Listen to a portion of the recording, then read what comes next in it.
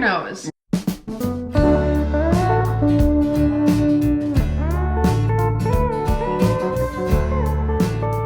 Good morning, party people. It is Tuesday, May 12th, 7:30, and my battery's dying. Okay, we're back. Good morning. Today is my second attempt at doing what I eat a day. I kind of started doing one yesterday, and I was just so frazzled. I didn't even take pictures of my food for the thumbnail, and it was just like, I don't know, it was an off day. Video production, all-time low. So rather than do it half-assed, we're just doing it again today. This is a what I eat a day quarantine edition. I would like to start off by saying this is by no means a how-to on how to eat. Yes, I am currently in a cut, and I know I seem like I'm always in a cut, but I'm currently in a cut. This is what the dog's slipping inside and everywhere. This is what I eat to stay in a caloric deficit, but that's specific to my body and my needs and my routine, and it's gonna be different for you. Please do not take this as instruction. This is just an observation. What I eat. I don't even want to say what I eat in a day, what I eat today, especially during quarantine, because a lot of what I eat is based on what we have in the fridge and, you know, what's available. We don't really have the luxury right now to like go out and run to the grocery store when we're out of certain staples like I would during, you know, ordinary times. I think I am gonna have oats this morning, so that is something I eat pretty much on a regular basis. But for the most part, the way I've been eating during quarantine is staying within my macros, using what we have on hand, which is a little more difficult sometimes and looks a little different than how I normally eat. I am not a dietitian. I'm not a licensed professional. I am a nutrition coach. However, I like to think that some of my decisions based on my bodily needs are backed in science, but I am open to critique and I'm open to being wrong. So I just want to put that out there that I am by no means directing anyone to eat this way. This is just a snippet of what life is like right now. And, you know, maybe if you're in a rut for ideas or you're just curious, then this is for you. So we're gonna start today with a cup of tea. It's how I start most mornings. This is the Bigelow Lemon Ginger plus probiotics. You gotta love some probiotics. So that's my first supplement of the day, I guess. And I also have, I already ate my vitamin 3 gummies because they're yummy. Here's what I take most mornings. This is like a GNC joint health supplement with glucosamine in it. I'm actually gonna take one right now and I'll take the other at dinner time. And same with my fish oil. This fish oil and this glucosamine are for joint health. My joints are very noisy, to say the least, especially my knees. If you're familiar with my story, you know I have club foot, and that affects my feet and my ankles, and kinetically that affects everything north as well. So my knees are really crackly, my ankles are really crackly. It's tough, so I'm just trying to stay on top of that. So I'm gonna take these. Fish oil also helps with that, and it helps with just providing some fatty acids. And a B12 supplement. Just a little background on how I eat and, you know, what I base my food choices on. I do not have any dietary restrictions as far as, you know, meat, dairy, gluten, any of that. It's all fair game. I also do not have, well, that's a lie. I do have one food allergy, and that's honey.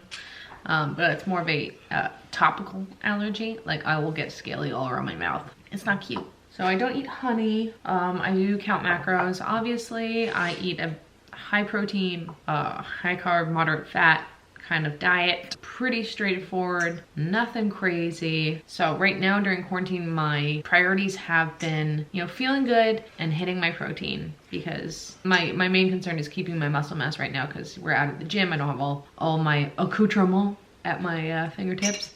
So the least I can do is stay up with my protein intake. I also, right now, I'm on a little bit of an intuitive eating journey. I love numbers. Numbers make me feel in control, and sometimes that's a bad thing because I have control issues, so I don't want to enable it too much. But with that being said, sometimes I eat whatever fits within my macros for the day because I'm like, I know this is the intake that is appropriate for my goals. All I hear in the background is It's 7:43 in the morning. I'm sorry, I'm getting my day together. that includes Yeah. all sorts of phlegm. Oh, it's disgusting. Blow your nose. So sometimes I just kind of like eat what I know is appropriate without stopping to think like how it makes me feel, how hungry I actually am. I'm like, this is the portion that I'm going to eat, so I will eat it all. So I'm trying to inject a little bit more mindfulness and thoughtfulness into my eating.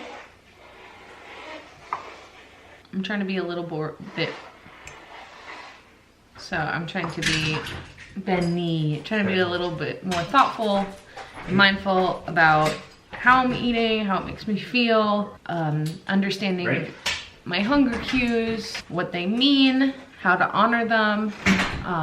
Sometimes that means trying to differentiate between, you know, what's genuine hunger and shouldn't be ignored and just like boredom. I still allow a little bit of hunger because I am in a deficit. For the most part, your hunger cues are based on what your body needs to maintain your current weight. So if you are in a deficit and you are cutting, there's a little bit of hunger to be expected, but you know, not to the point where you're really depriving yourself of nutrients. So walking that line and trying to figure out and just like stay in tune with my body is something that I'm really prioritizing right now. And that a big part of that is breakfast. Lately, because we're stuck inside, food is like one of the only exciting things that's going on. And I've gotten to a point where as soon as I'm waking up in the morning, I'm like, breakfast, food. And not really stopping to think, am I actually hungry? Or am I just like opening the floodgates to being snacky all day? Because after I eat breakfast, I'm like, what's next? What's more? So I'm gonna try to improve my relationship with breakfast. I've been trying to push it off to at least 8 a.m., which seems early, but I get up really early. I get up at like 6 a.m. on the dot without fail every morning. And I usually like eat a big breakfast immediately. So the changes I've been trying to implement are wait until at least 8. Again, if I'm like super hungry and genuinely hungry, I'm not going to ignore that. But for the most part, I can wait until 8. If I know that I'm super hungry and I feel like I'm gonna be snacky all day, then I'll have a really big, satiating, fat and protein filled breakfast. But if I'm just kind of like, I just need a little boost of energy, then I'll have like, you know, a carby breakfast or something like that. Just trying to stay in tune with what I actually want, what I actually need. So with that being said, I'm going to make myself oats this morning. Which I thought would be a good idea for what I eat in a day, because oats are one of those things that like I eat almost every day. Get my food scale out. I'm gonna start with 25 grams of old-fashioned oats. All right, I just put enough water to cover the oats, nothing crazy. And then these will go in the microwave for a minute. All right, now that those are out of the microwave, 100 grams of egg whites. You know I like prefer using this like yellow egg product. Seems like creamier. I don't know, man. I'm still searching for answers on how this is nutritionally the same as egg whites. The 99% egg. Someone explain it to me, because I feel like the difference between the two is just so night and day. How can they be the same? So now that I got my 100 grams of egg in there, I'm going to really incorporate it, mixing it up or pre-shaking the eggs before pouring them in, and just really agitating it is going to give you the volume that protein oats are so famous for. And we all know that volume is important when you are looking for satiety. Okay, now that that's all mixed up, I'm gonna put that in for, it's usually about 1 minute and 30 seconds under the trick, but sometimes you have to play with it a little bit. If it comes out and it's still runny, obviously put it in for more time. I don't like it like too solid because we're going to put protein powder in it next, and I don't want it to be dry. If it's like a little bit wet, that's great because this will soak up any excess moisture. So now I got, ooh, there's my stomach rumbling. So now I got a good consistency. This is the last necessary step in protein oats. Everything from here on out is completely custom to you. So I'm gonna do a scoop of protein. I think for this brand, that's 50 grams. So I'm gonna mix that up. This is my first time trying it with strawberry flavored protein powder. So this could be interesting. I mean, I'm sure it's gonna be fine. Honestly, I've tried so many different flavors. I've never had a bad bowl of protein oats. Let's just put it that way. Like I said, everything from here on out is to your taste, but my favorite next step is some sort of nut butter.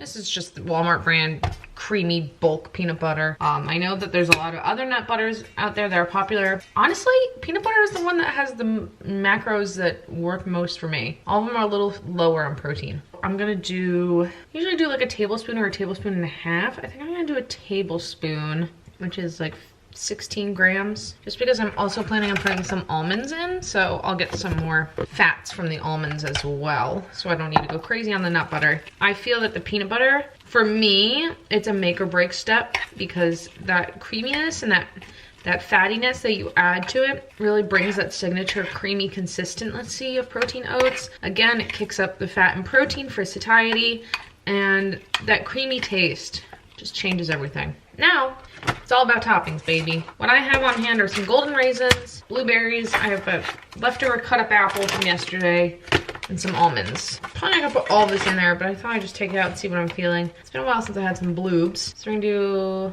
like 50 grams of blueberries. And then I think we're just gonna do some almonds. And we'll call it a day. That's 7 grams. Let's make it 10. Okay. There she is.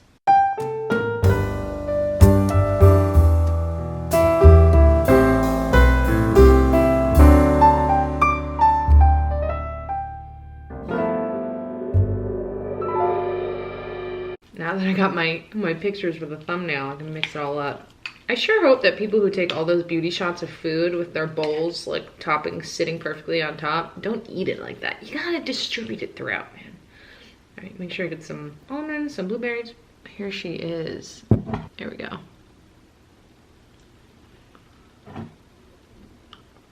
You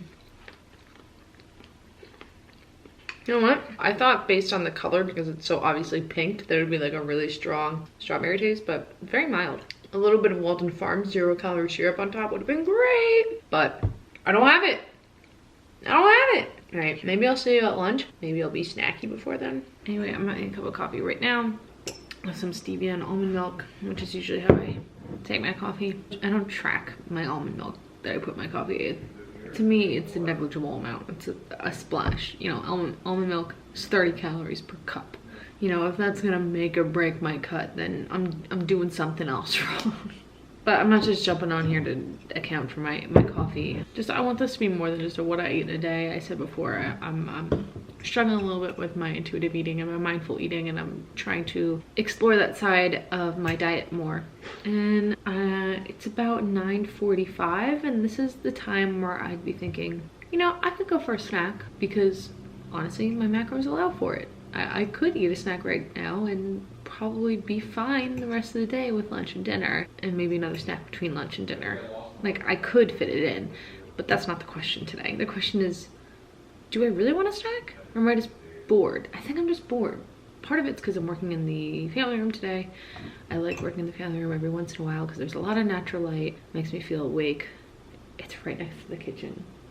And a lot of times I get up and pace around and decide to make myself a snack in lieu of buckling down and starting work, because, long story short, just trying to figure out what my feelings actually mean and not interpreting it as just food. So I think right now I'm having trouble focusing. I'm not hungry. I'm just going to dive into my studying today. That's what's on my plate. I'm studying for a certification.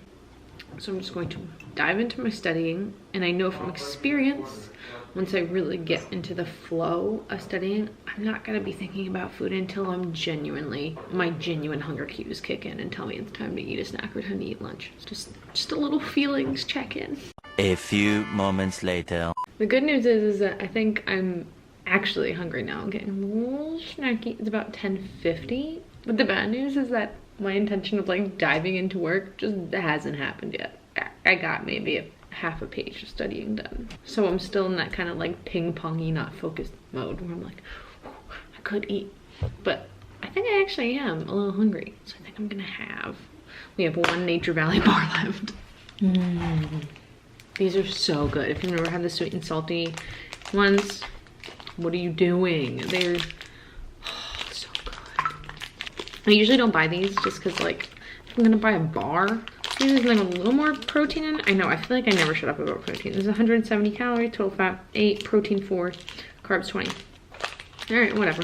But Greg's mom gave us these and they're so delicious. They have that like coating on the back. I went to just go like take a picture of this for the thumbnail.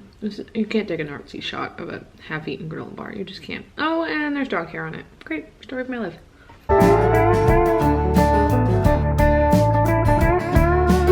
About 12:15. We are brewing our second pot of coffee for the day. Obviously, I need it. I think I'm going to make some lunch, and I have no idea what I'm gonna make.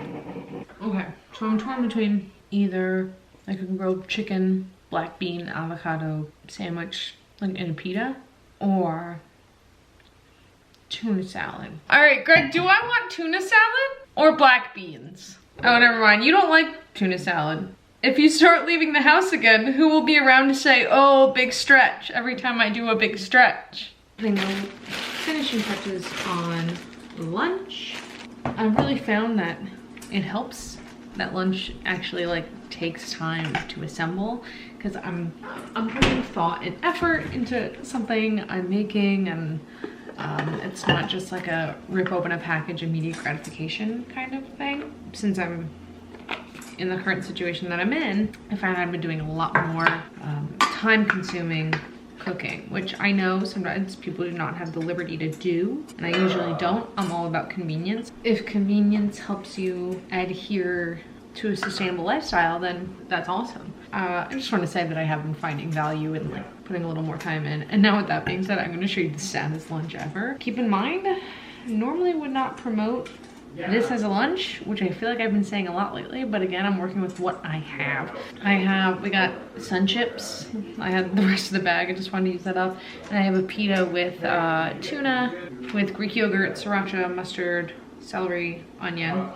And here I have 2 chocolate rice cakes crumbled up like cereal, and I'm going to pour a little almond milk in them. I find that having like a multi-dimensional meal instead of just eating one thing, kind of like the oats this morning was like one thing, but I also like having meals that are composed of a lot of different parts because it kind of helps you be mindful, because you're eating one thing and you're thinking about how it tastes, and then you're moving on to something else and noting the changes. And then I like to finish off with something sweet to kind of like round it all about and feel like a mindful experience instead of just like shoveling one thing in my mouth.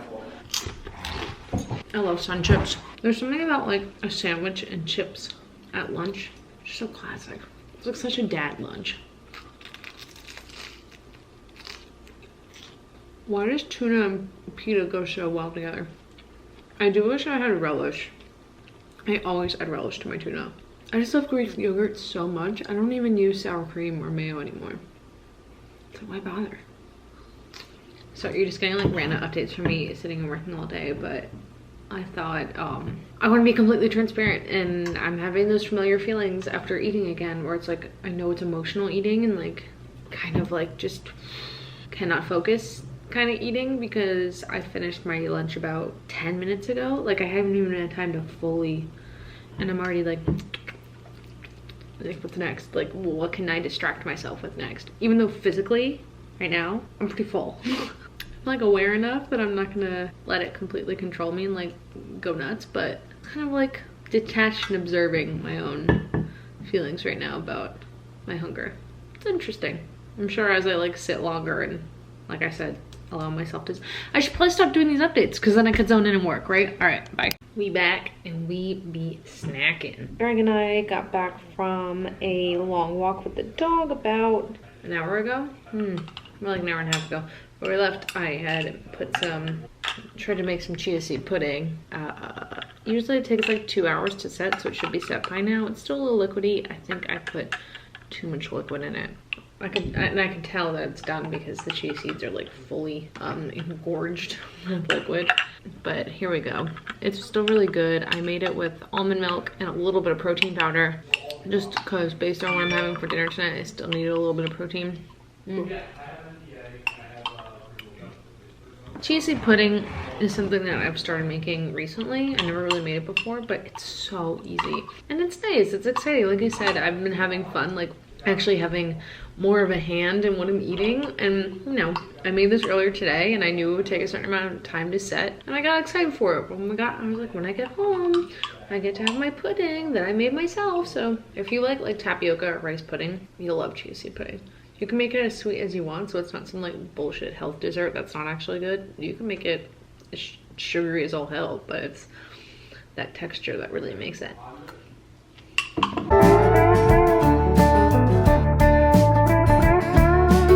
All right, folks. It's about 5:09. I know that's kind of early for dinner, but considering like I wake up early, my whole day is kind of shifted early, and I will probably go to bed early, so 5 o'clock for dinner is like pretty on target. Today, I have these rice noodles that have been sitting around since I made pho for like a soup herbal party we went to. So they've been around for a while. I mean, if you've been paying attention to any of my cooking throughout quarantine so far, the general theme has been, let's use crap that's been sitting in the pantry. Like, let's use up things that are collecting dust and find ways to get my money's worth. So I'm going to make some rice noodles. I believe Greg is having, okay, so Greg wants leftover meatloaf for dinner, which is fine, but I am going to have some rice noodles. I am only going to cook enough for myself. Where's my phone?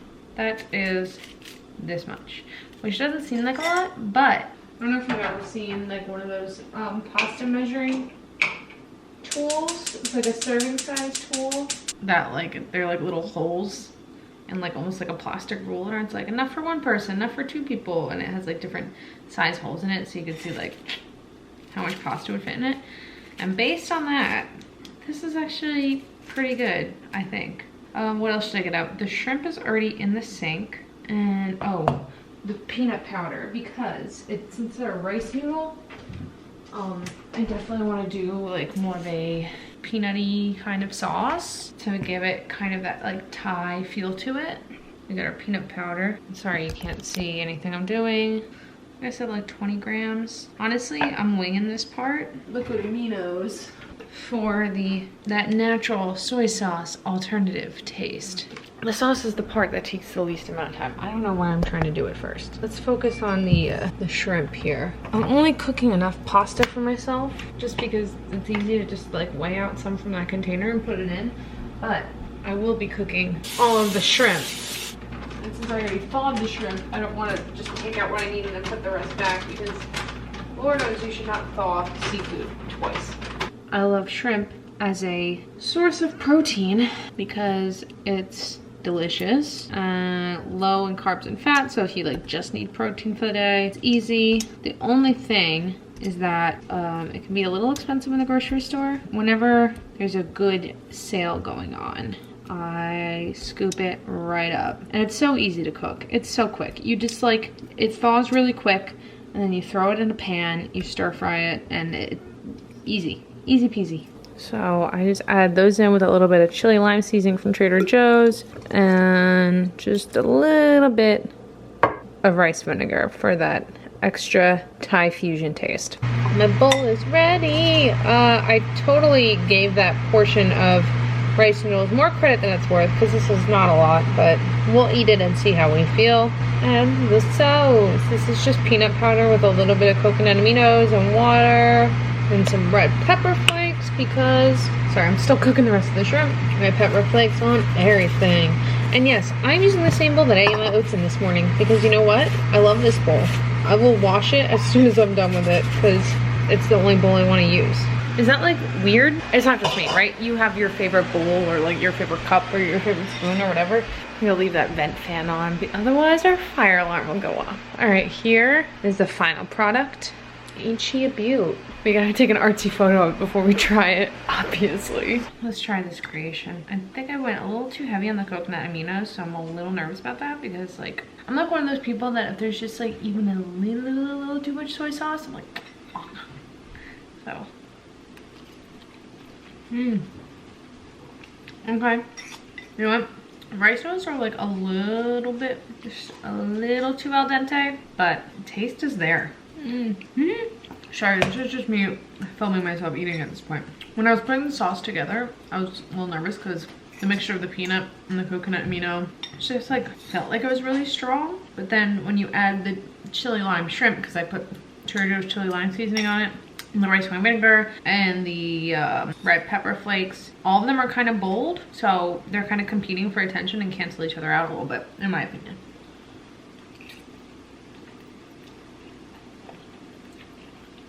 If I were to do this again, the only thing I would change is to add some veggies.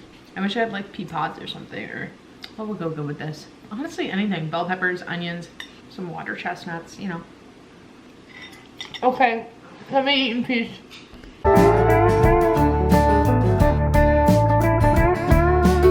We're back in the kitchen because we're making dessert. Greg purposely did not eat these bananas this week because he wanted me to make banana bread. And I'm not making banana bread because I made banana bread muffins last week.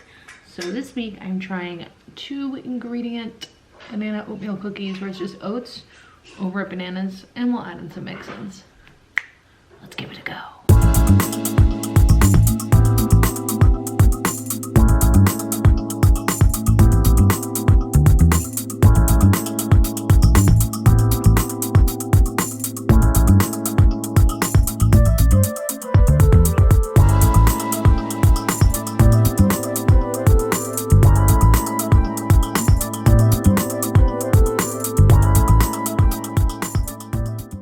First tray of cookies is out.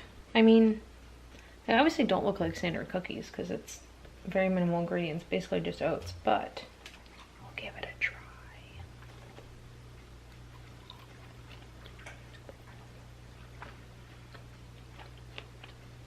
That's good. I mean, it's not like as sweet as a sugar cookie or a chocolate chip cookie, obviously. Something a little different, a little oatier, a little nuttier. Overripe banana is a great sweetener, so it's definitely not lacking in the flavor and sweetness department. We'll let these cool, and then we'll have them throughout the week. It'll be fun. It's only 6:30, but I really don't anticipate me. And there's the second batch. Yeah, there we go. Like I was saying, it's only 6:30. I don't really anticipate me having anything more to eat. I don't typically eat after dinner. It's kind of like the end of my window per se. So you know, I'm just gonna assume that this is the end of the video. So we're gonna outro right now. Thank you for joining me today, for eating alongside me. If you got to snack while I was snacking, it's fun to hang out and snack together. And if you try out anything for yourself, if you try the protein oats for the first time, or you try putting together that little peanut shrimp tie situation, let me know how it goes. I debated like counting up all my macros and like displaying them on the screen and everything, but today wasn't about that. Today was about just being realistic about how I'm eating during quarantine, how I'm dealing with what we have on hand, getting in touch with my hunger cues, kind of analyzing how I'm feeling in my emotional relationship with food. It's not about the numbers today, so we're gonna skip that. Also, it'll save me time in editing. So thanks for joining me. If you like this, then like it. If you didn't like it, then don't. Subscribe if you're not, and I'll see you next time. I don't know what I'm gonna do next, but I'll have fun doing it. Have a great day, guys. And remember, if you're snacking a little more during quarantine, if you're feeling a little bit of an emotional relationship with food and you're relying on it for comfort, that's okay. That's okay. Be kind to yourselves. And I'll see you next time.